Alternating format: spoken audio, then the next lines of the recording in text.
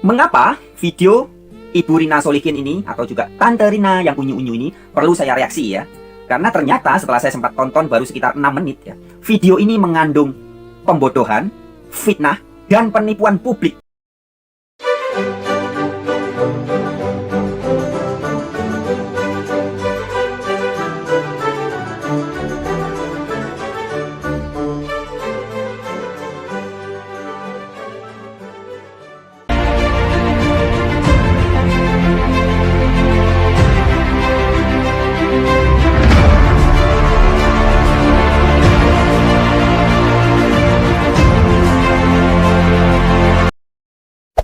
Hey there. Subscribe to my channel. And also press this bell icon. Halo saudara-saudaraku yang terkasih di dalam Tuhan dimanapun Anda berada. Bertemu kembali dengan saya Rina Solihin dalam channel Rina Menjawab. Teman-teman, apa kabar Anda semuanya? Semoga semua dalam keadaan baik ya, dan selalu di dalam penyertaan dan perlindungan Tuhan kita Yesus Kristus. Dan kita tidak boleh kehilangan sukacita dan damai sejahtera yang tidak pernah diberikan oleh dunia ini teman-teman, tetapi kita mendapatkannya dari kasih anugerah Tuhan Yesus, berkat Roh Kudus yang ada di hati kita, yang dimeteraikan pada saat kita bertobat dan percaya dengan segenap hati bahwa Yesus adalah Tuhan, bahwa Yesus adalah Juru Selamat, Mesias, Allah yang menjadi manusia selama 30 tahun di bumi dan kembali ke eksistensinya sebagai Allah. Dan sampai hari ini dia tetap sama kuasanya, kasihnya, dulu, sekarang, sampai selama-lamanya. Saudara-saudaraku yang terkasih di dalam Tuhan, video ini sengaja saya buat ya untuk kembali menanggapi atau mengcounter ya video Al Ayyubi ya, channel Al Ayyubi dan juga Julius si Tanggang, oh bukan Julius HMC teman-teman ya. Mereka berdua seperti yang kita tahu adalah pedagang ya, pedagang yang mengambil konten orang kemudian dilempar ke pasaran teman-teman ya, dilempar ke pasar. Jadi ini semacam pedagang obat lah ya, tidak lebih dari seorang pedagang obat, atau disebut juga istilah kerennya distributor teman-teman ya. So, saudara-saudaraku yang terkasih di dalam Tuhan, saya ingin menanggapi video dari si bocil ya, si bocil Al Ayyubi dan juga sekaligus ya Julius yang karena mereka berdua mengangkat ya video saya. Saudara-saudaraku yang terkasih di dalam Tuhan, konteran terhadap video Julius ya yang mengangkat videonya si Donald ya, Franz Donald, di mana saya dituduh memotong-motong videonya Abdul Somad teman-teman ya, dan saya sudah memberikan konteran dan saya juga menampilkan video Somad yaitu saat berorasi atau berceramah di pertemuan HTI. Bagi orang yang cerdas dan orang yang kritis dan orang yang memang bisa berpikir secara objektif, itu tidak akan lagi mempermasalahkan ya bahwa saya dituduh memotong-motong video Abdul Somad dan saya dituduh ya memfitnah Abdul Somad bahwa dia adalah pendukung ISIS. Ya, teman-teman. Di video itu jawabannya sudah ada semuanya ya. Tetapi masih aja ya ada orang-orang yang masih lowbat ya, low cara berpikirnya teman-teman ya. Dia tidak melihat substansi dari video saya, dia tidak melihat substansinya teman-teman, dia abaikan begitu ya, dan dia masih ya diracuni, masih kesurupan, masih kejang-kejang ya bahwa saya memotong-motong video Somad. Padahal saya sudah katakan bahwa itu adalah video orang ya, jadi orang yang memotong bukan saya ya. So teman-teman, dan untuk mengcounter itu dan untuk menguatkan ya bahwa saya tidak memfitnah Somad, saya tampilkan video ceramah Somad di tengah-tengah pertemuan HTI, Hizbullah Tahrir Indonesia, dan dia mendukung yang namanya khilafah negara khilafah ya, dan dia kelihatan tidak suka ya dengan negara demokrasi. Di situ jelas ya. Silahkan Anda yang sedikit lebih cerdas cermati video tersebut, dan juga Anda cukup ya menganalisa kembali mengapa Singapura menolak mentah-mentah Abdul Somad masuk ke negaranya. So teman-teman, itu sedikit ya saya memberikan pencerahan ya terhadap Anda yang saya lihat masih kejang-kejang ya, masih kesurupan begitu ya, masuk ke channel saya memberikan komentar-komentar tolol ya. Jadi maaf, berhentilah ya untuk menjadi tolol dan mari berpikir jernih. Seharusnya Anda melihat substansi ya dari pembahasan saya ya. Anda ini tidak sanggup melihat substansi dari video-video saya ya, tidak sanggup. Nah, satu hal lagi teman-teman ya. Saya memiliki di channel saya itu video itu hampir 300 video ya. Dan ciri khas dari channel saya adalah mengkonter para ustadz, para polemikus muslim yang menyerang kekristenan ya. Dan sedikit banyak pasti saya mencuplik video mereka ya kan, dan itulah yang saya counter. Dan saya mempersilahkan para teman-teman muslim yang sekarang lagi kejang-kejang dan kesurupan ini untuk melihat satu-satu video saya dari awal sampai video terakhir saya. Silahkan Anda melihat, silahkan Anda menyimak. Kalau melihat video saya jangan sepotong ya, seperti Donald Bebek ini. Dia bilang baru 6 menit dia menonton, kemudian dia menyimpulkan teman-teman ya. Tonton video saya dari awal sampai selesai. Kemudian Anda cerna ya. Kemudian Anda analisa, baru Anda berikan komentar ya. Itulah seharusnya yang dilakukan oleh orang-orang yang cerdas. Oke? Nah, teman-teman, silahkan satu-satu ya. Cermati video saya dan Anda analisa, ada tidak saya memotong-motong video-video orang, dan ada tidak saya memfitnah orang. Kalau ada, kasih tahu saya ya. Kalau ada, kasih tahu saya. Nah, kalaupun misalnya kemarin itu ya video terakhir yang membuat kalian kejang-kejang ya, dengan ada cuplikan videonya Abdul Somad, itu bukan saya yang memotong ya, itu sudah beredar di banyak channel-channel ya dulunya gitu ya. Karena itu hasil karya siapa saya juga sudah lupa ya kan, saya dapat dari channel mana juga saya sudah lupa ya. Tapi saya persis ingat saat itu ketika Abdul Somad ditolak mentah-mentah oleh Singapura ya teman-teman ya. Jadi sebagai orang yang punya akal sehat, sekiranya saya punya 300 video ya, 299 video itu tidak ada pernah memotong-motong video orang ya. Tidak terdapat perilaku memfitnah maupun memotong-motong video orang ya. Karena ciri khas channel saya adalah berapologetika ya, mengoreksi semua serangan-serangan yang dikerahkan oleh penyerang-penyerang dari pihak muslim, baik itu para ustadznya, para mu'alafnya, maupun para polemikus muslim lainnya ya. Jadi itulah ciri khas dari video Rina Solihin ya, dari channel Rina Solihin. Makanya saya punya moto, semakin diserang semakin terang benderang. Silahkan Anda menyerang-nyerang kekristenan ya, dan sejauh itu pula saya akan mengkonternya teman-teman ya. Ada yang memberi masukan kepada saya ya, sudah dilaporkan saja ya channel-channel yang suka memfitnah-fitnah kekristenan. Dan saya bilang jangan. Mengapa jangan teman-teman? Karena bagi saya fitnahan mereka, hinaan mereka, hujatan-hujatan mereka terhadap kekristenan itu adalah ladang penginjilan yang sangat subur teman-teman.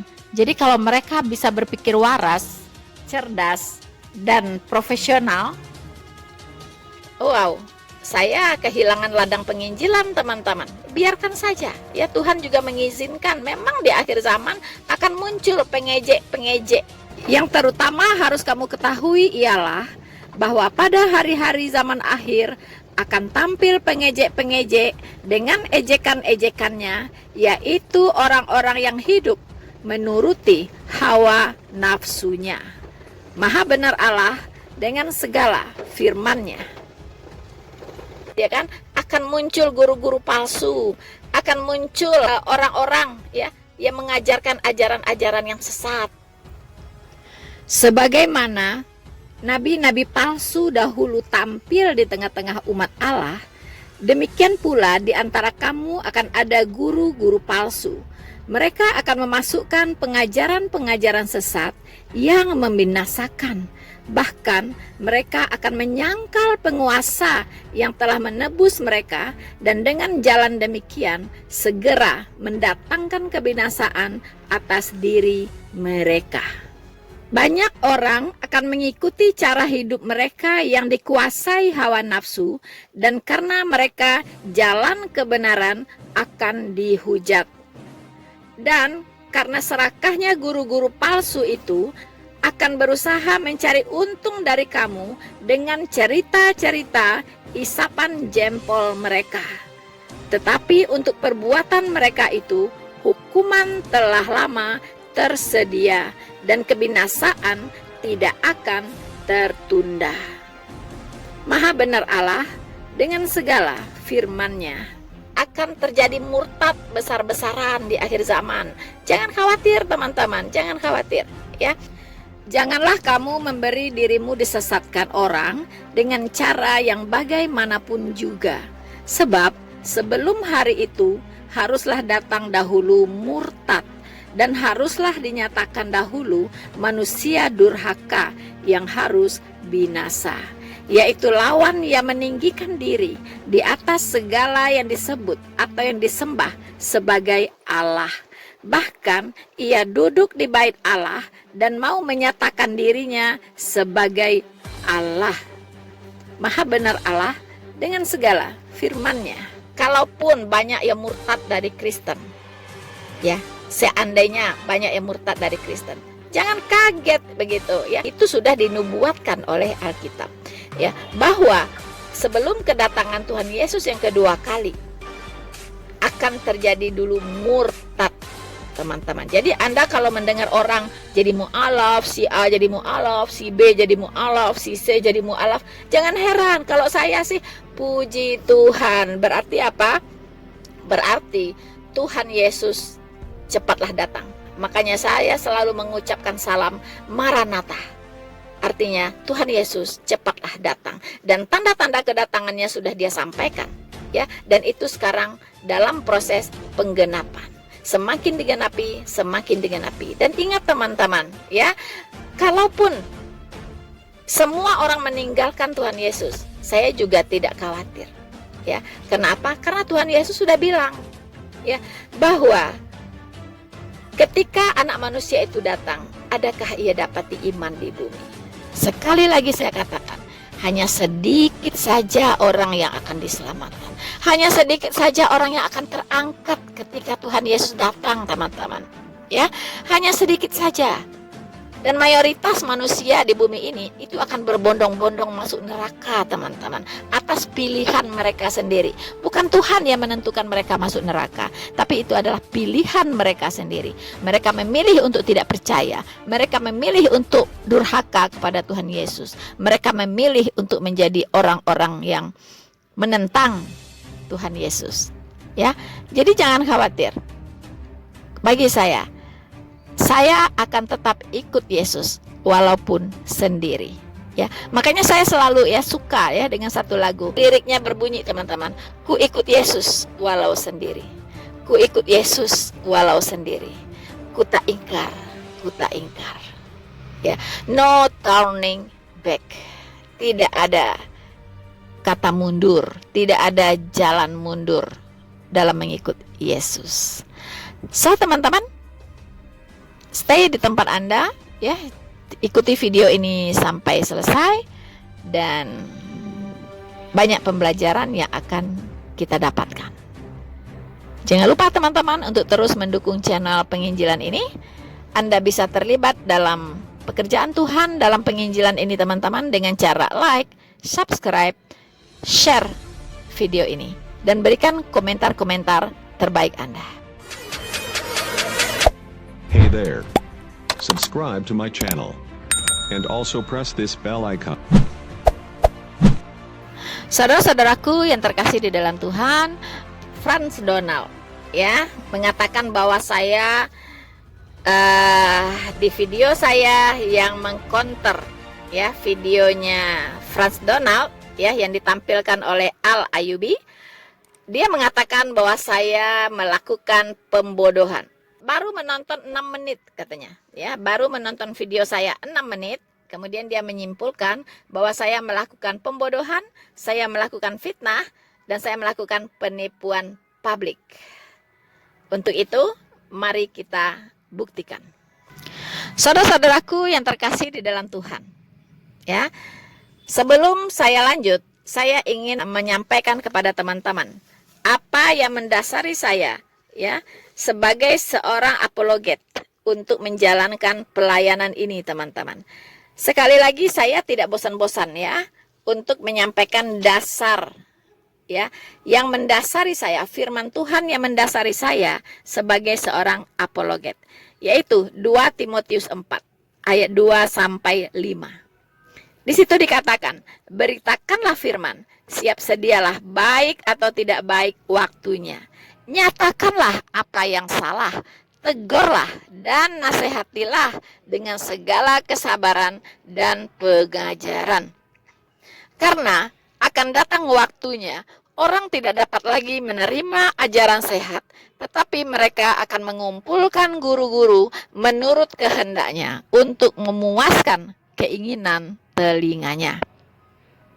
Mereka akan memalingkan telinganya dari kebenaran dan membukanya bagi dongeng. Tetapi kuasailah dirimu dalam segala hal. Sabarlah menderita, lakukanlah pekerjaan pemberitaan Injil, dan tunaikanlah tugas pelayananmu. Ya, jadi ini amanat dari firman Tuhan bahwa seorang penginjil harus melakukan koreksi, ya, harus menegur, ya, harus menyatakan apa yang salah. Teman-teman, jadi kesalahan tidak boleh dibiarkan. Karena kalau kesalahan dibiarkan, lama-lama orang akan menganggapnya sebagai sebuah kebenaran, dan itu tidak boleh, teman-teman ya. Karena guru-guru palsu itu akan banyak muncul mengajarkan ajaran-ajaran sesat menurut isapan jempol mereka. Begitu. Mereka bisa berdalih bahwa mereka juga berdasarkan Alkitab, pengajaran mereka berdasarkan Alkitab, pengajaran mereka berdasarkan ayat ini, ayat ini, ayat ini, ya begitu kan? Dan kita tahu seorang Frans Donald itu dia memakai 2 kitab sekaligus, teman-teman, dalam membuat pengajaran. Ya kan? Dia memakai Al-Qur'an, dia membenarkan Al-Qur'an, kemudian dia juga membenarkan Alkitab, dan dia berusaha untuk membuat sinkronisasi antara ayat Alkitab dengan ayat Al-Qur'an sesuai dengan kehendaknya sendiri. Ya. Seperti teman-teman, dia membantah saya ya bahwa saya mengatakan Yesus Kristus yang ada di Alkitab, dia adalah Tuhan dan juru selamat umat manusia. Dia bukanlah Isa yang ada di Al-Qur'an. Dia mengangkat 1-2 ayat dari Al-Qur'an, kemudian dia mensinkronkan ya ayat tersebut dengan 1-2 ayat juga yang ada di Alkitab ya. Tetapi dia sengaja mengabaikan ayat-ayat yang lain, teman-teman. Begitupun dengan pembahasan dia tentang Trinitas. Katanya di Alkitab tidak ada pengajaran Trinitas. Anda ini benar-benar menyesatkan ya. Begitu banyak ayat ya secara implisit ya, implisit ya, tersirat ya, itu mengajarkan yang namanya Trinitas. Banyak sekali ayat-ayatnya. Silahkanlah masuk ke video-video saya. Saya tidak akan bisa memaparkan di sini secara detail ya di satu video ya. Teman-teman silahkan masuk ke video ke channelnya Noverina Solihin. Ya, masuk ke channel Noverina Solihin. Anda tahu pembahasan saya di sana tentang Tritunggal atau Trinitas ya. Kemudian saya juga membahas tentang perbedaan Isa Al-Masih dengan Yesus Kristus secara detail. Ya. Saya membahas itu lebih objektif ya, secara objektif. Saya membahas persamaannya tetapi juga ada perbedaannya. Nah, kalau seseorang disebut sama, itu tidak boleh ada perbedaan. Ya, tidak boleh ada perbedaan. Sementara Frans Donald ini entah apa ya alirannya, dia membantah bahwa dia saksi Yehova. Tetapi dia juga meyakini pengajaran saksi Yehova. Salah satunya bahwa Yesus Kristus itu sebelum berinkarnasi menjadi manusia, dia adalah malaikat atau angels. Ya, dia tidak tahu bahwa sebutan bagi Yesus Kristus itu banyak sekali. Ya, dia juga disebut malaikat terang. Ya kan? Dia disebut juga batu penjuru. Ya, dia juga disebut batu karang. Ya, dia juga disebut terang dunia. Dia juga disebut air hidup. Ya, dia juga disebut roti hidup. Banyak sekali. Ya, sebutan-sebutan. Dia juga disebut juru damai. Ya, dia juga disebut Allah yang perkasa. Ya, dia juga disebut Bapa yang kekal. Dia juga disebut Alfa dan Omega, yang awal dan yang akhir, yang terdahulu dan yang terkemudian, yang maha kuasa.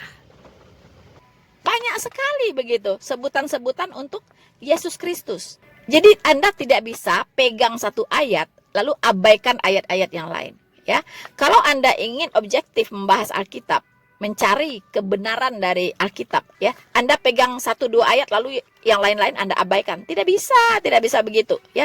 Tapi saudara-saudaraku yang terkasih di dalam Tuhan, Frans Donald itu memang dia mengakui, ya, dia mengatakan jangan memakai kacamata perbedaan, ya kan, antara Islam dengan Kristen. Ya, dia mengatakan bahwa Allahnya Islam dengan Allahnya Kristen itu sama. Ya kan? Nah, dia mengangkat satu ayat di Al-Qur'an, ya, bahwa Allah Subhanahu wa taala itu adalah Allahnya Ibrahim katanya, Allahnya Ismail, Allahnya Ishak, Allahnya Yakub. Ya. Nah, dia menyamakan dengan di Alkitab bahwa Allah Alkitab itu adalah Allah yang disembah oleh Abraham, Ishak dan Yakub dan tidak menyebutkan Ismail. Sorry. Ya, yang satu ayat itu dia menyimpulkan bahwa Allah Al-Qur'an dengan Allah Alkitab itu sama. Dengan sengaja mengabaikan bahwa karakteristik sifat-sifat dari Allah Alkitab dengan Allah Al-Qur'an itu sangat-sangat berbeda. Ya, sangat berbeda. Ya. Kemudian pengajarannya pun sangat berbeda. Ya. Kemudian konsep sorga dan nerakanya juga berbeda. Bagaimana mungkin satu Allah membuat dua macam sorga? Ya, ada sorga bidadari, ya, yang dimana full kegiatan seks ada di situ. Ya, full sex activity. Ya kan? Kemudian Allah Alkitab menyediakan sorga yang damai, tentram, indah. Kita bersuka cita, memuji-muji Tuhan, menikmati keindahan sorga. Ya, jalannya saja terbuat dari emas murni, tembok-temboknya dari berlapisan intan-intan permata yang indah-indah. Ya, dan situ hanya ada sukacita, tidak ada lagi tetesan air mata, tidak ada lagi kedukaan, tidak ada lagi kesedihan, tidak ada lagi seks, tidak ada lagi beranak pinak, tidak ada lagi aktivitas-aktivitas yang berhubungan dengan nafsu-nafsu birahi dan kedagingan-kedagingan manusia. Tidak ada. Di sana kita hidup hanya memuji-muji Tuhan, bersuka cita, menikmati suasana sorgawi yang begitu indahnya. Ya. Jadi beda. Mana mungkin Allah yang sama membuat dua sorga yang sangat-sangat berbeda. Satunya sorga yang sangat kudus, tidak bisa dimasuki oleh sesuatu yang najis. Ya. Sorga yang sangat kudus, maha kudus. Sesuatu yang najis katanya tidak bisa memasukinya. Bagaimana mungkin dia juga membuat sorga yang lain? Ya, di mana lendir-lendir di sana bertebaran. Ya kan? Karena kata ustadz-ustadz itu mengatakan bahwa aktivitas di sana, aktivitas laki-laki di sana hanya memecahkan perawan-perawan dari para istri-istrinya, yaitu bidadari-bidadari itu. Yang berbaring di dipan-dipan, yang bermata jeli. Kemudian perawannya bisa buka tutup, dijebol perawan lagi. Dan kekuatan laki-laki di sana bisa beratus-ratus kali lipat kekuatan seksualnya. Ya. Apakah Anda masih ingin mengatakan bahwa Allah Alkitab dengan Allah Al-Quran itu sama? Kemudian yang kedua, Allah yang sama tidak mungkin menciptakan dua konsep neraka yang berbeda. Ya. Allah Alkitab membuat neraka dan sorga itu sifatnya kekal. Kekal. Tidak ada orang yang bisa masuk keluar lagi, tidak ada. Sekali nyemplung tidak bisa keluar lagi. Ya. Mana mungkin dia juga menyebut neraka, ya, yang bisa di situ dibasuh dosa-dosanya, dibakar dosa-dosanya, setelah dosa-dosanya habis lalu dia bisa keluar lagi masuk sorga. Itu tidak ada di dalam Alkitab satu ayat pun tentang itu. Ya. Jadi bagaimana mungkin? Kemudian jalan keselamatannya juga berbeda, Pak Donald. Sangat berbeda. Sangat berbeda. Allah Alkitab mengajarkan bahwa manusia itu diselamatkan hanya melalui iman kepada Sang Juru Selamat, kepada Sang Mesias, Yesus Kristus, yaitu adalah Allah itu sendiri. Di Perjanjian Lama, ya, orang pertama mulai dari Adam sampai manusia terakhir di Perjanjian Lama sebelum masuk zamannya Yohanes Pembaptis, ya, itu semua manusia di Perjanjian Lama itu diselamatkan oleh iman kepada Sang Juru Selamat yang akan datang, yang belum datang. Waktu itu masih dinubuatkan, kedatangannya masih dinubuatkan, ya. Kemudian pengorbanannya untuk menebus dosa, ya, itu juga masih dinubuatkan di kitab Yesaya salah satunya, ya. Di situ jelas dikatakan bagaimana Sang Mesias, Sang Juru Selamat ini akan mati di kayu salib menebus dosa seluruh umat manusia. Dia tertikam oleh pemberontakan kita. Dan ganjaran yang ditimpakan kepadanya itu mendatangkan keselamatan bagi kita semua. Ya, itu jelas. Dialah itu, ya, Bapa yang kekal, Allah yang perkasa, Raja damai. Sudah dinubuatkan di Perjanjian Lama. Jadi tidak ada lagi orang yang bisa membantah bahwa Yesus Kristus itu tidak disalibkan, karena sudah dinubuatkan dengan sangat detail di Perjanjian Lama. Ya, bahkan seperti apa kuasa-kuasanya dalam pelayanannya sudah dinubuatkan juga. Ya, bahwa dia akan membangkitkan orang mati, orang lumpuh berjalan, orang mati bangkit, orang sakit sembuh, orang buta dicelikkan, dan sebagainya. Dan bahkan lambungnya ditusuk pun, ditombak pun di atas kayu salib itu juga sudah dinubuatkan. Sudah dinubuatkan. Bahkan tumitnya tidak jadi dipatahkan, itu pun sudah dinubuatkan. Ya, itulah sebab Tuhan Yesus berkata, semua yang tertulis tentang aku di dalam kitab Taurat Musa, di dalam kitab para nabi, di dalam kitab Mazmur harus digenapi. Harus digenapi. Ya. Jadi kalian-kalian yang ingin, ya, membuli penyaliban Tuhan Yesus, itu tidak bisa lagi berkelit bahwa Yesus tidak disalibkan, bahwa dia tidak mati, bahwa dia tidak bangkit, tapi diserupakan. Anda ukurkan, ya, Isa Al-Masih kepada Yesus Kristus. Tidak bisa. Ya, sejarah tidak bisa diubah. Saksi-saksi matanya cukup banyak dan mereka sudah menuliskan kesaksian mereka di dalam Alkitab. Dan kesaksian mereka itu bersumber dari ilham Roh Kudus. Makanya ada lebih dari 40 penulis Alkitab dan tidak ada ayat-ayat yang mereka tulis saling bertentangan satu sama lain. Tidak ada yang bertabrakan. Sinkron semuanya dari Kejadian sampai Wahyu. Tidak ada yang bertabrakan, semua sinkron. Karena bersumber dari satu Allah yang sama. Ya. Jadi ayat menjelaskan ayat, itulah Alkitab. Ayat Alkitab tidak bisa dijelaskan oleh ayat di luar Alkitab. Dijelaskan oleh Al-Quran, tidak nyambung. Hello?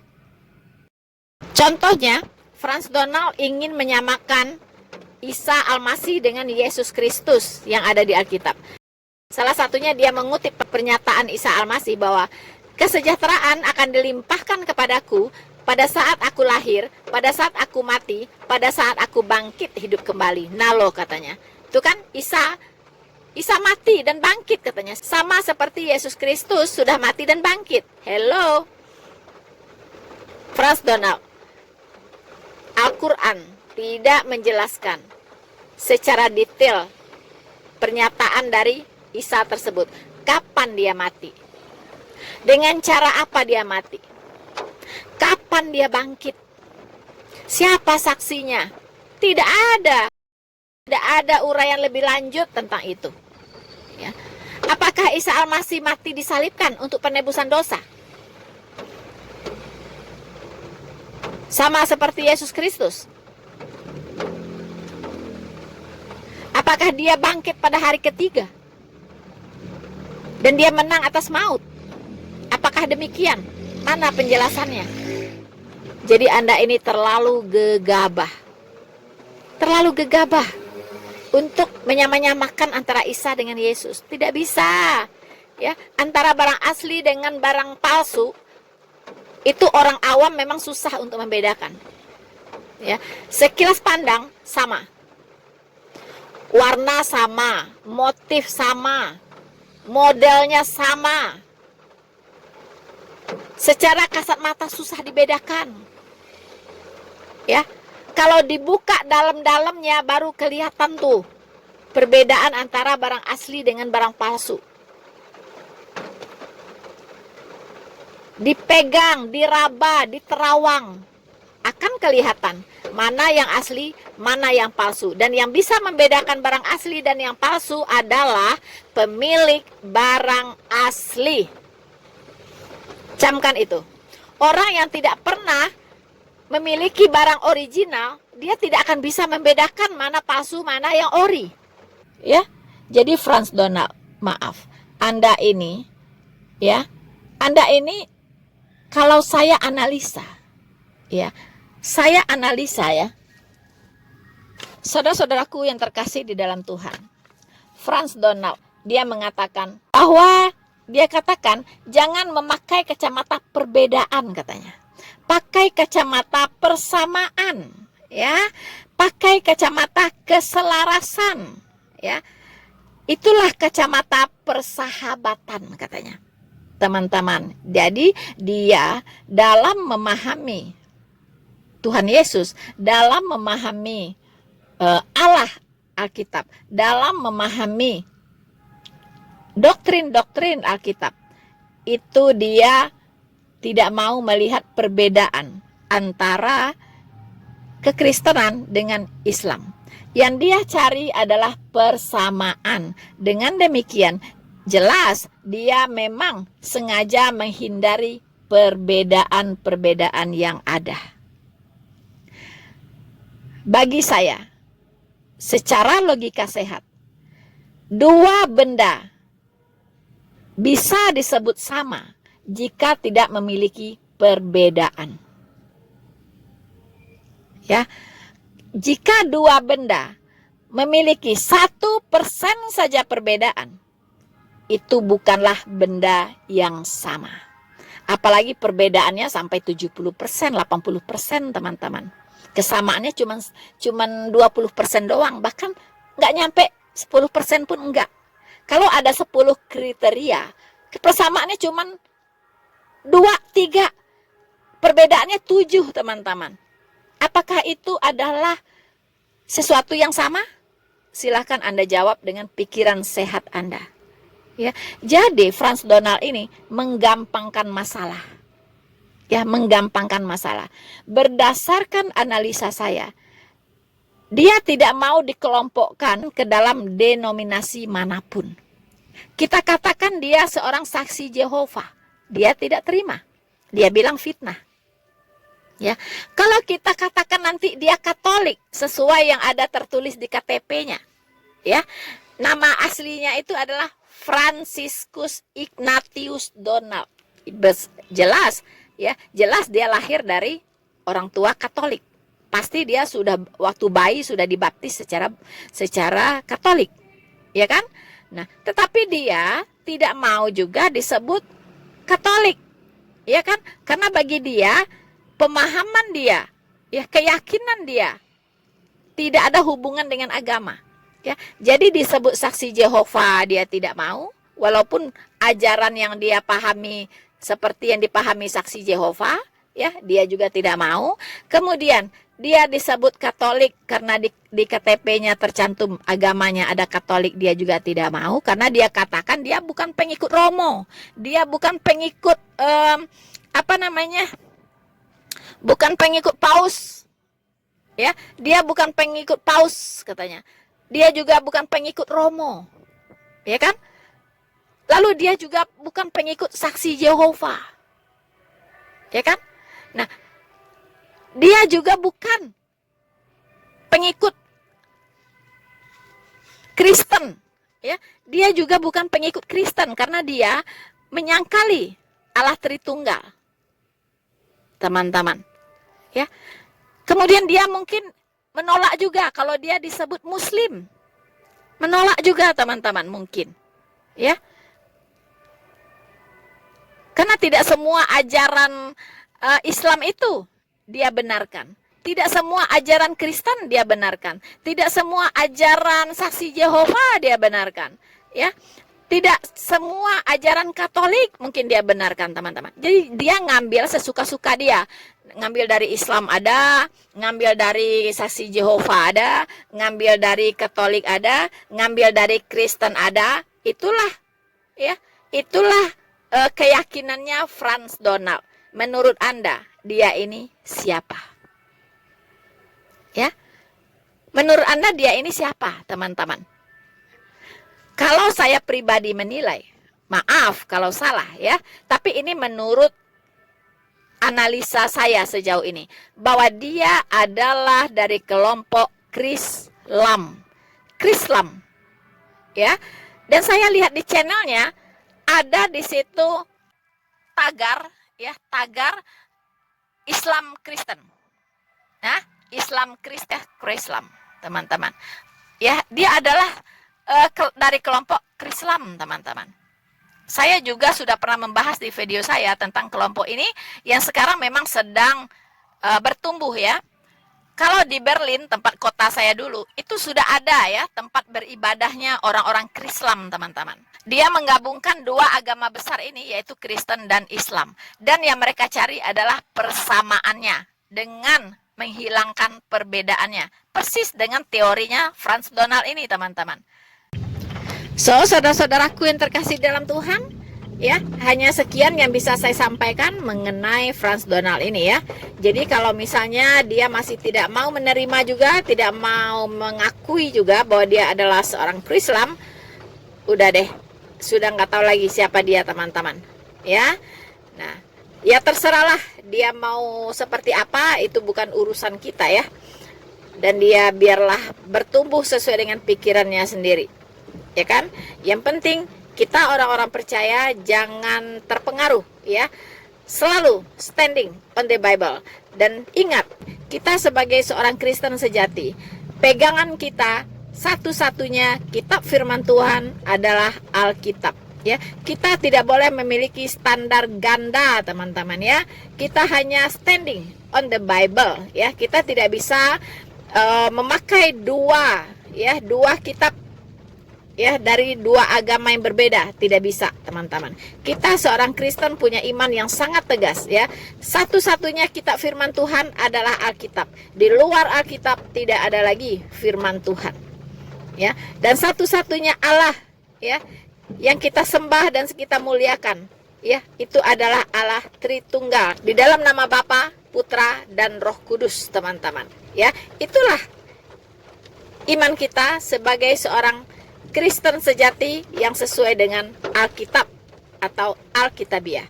Oke teman-teman, sekian dulu dari saya bersama Noverina Solihin. Tuhan Yesus memberkati Anda semua. Maranatha.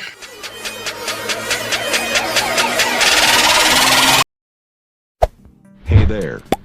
Subscribe to my channel. And also press this bell icon.